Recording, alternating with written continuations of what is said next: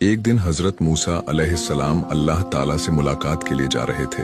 रास्ते में उन्होंने अचानक किसी के रोने की आवाज सुनी। ये आवाज एक पत्थर से आ रही थी। हजरत मूसा अलैहिस्सलाम ने रुककर पत्थर से पूछा, ए पत्थर, तुम क्यों रो रहे हो? पत्थर ने जवाब दिया, मुझे अल्लाह ताला का डर है कि कहीं कयामत के दिन मुझे भी जहन्नम में न डाल दिया जाए। हजरत मूसा अलैहिस्सलाम ने आश्चर्य से पूछा, तुम्हें ऐसा क्यों लगता है? पत्थर बोला, क्योंकि अल्लाह ताला ने कुरान में फरमाया है कि जहन्नम का ईंधन इंसान और पत्थर होंगे। मुझे डर है कि कहीं मैं भी उन पत्थरों में शामिल ना हो जाऊं। अगर ऐसा हुआ तो मेरा अंजाम बहुत बुरा होगा।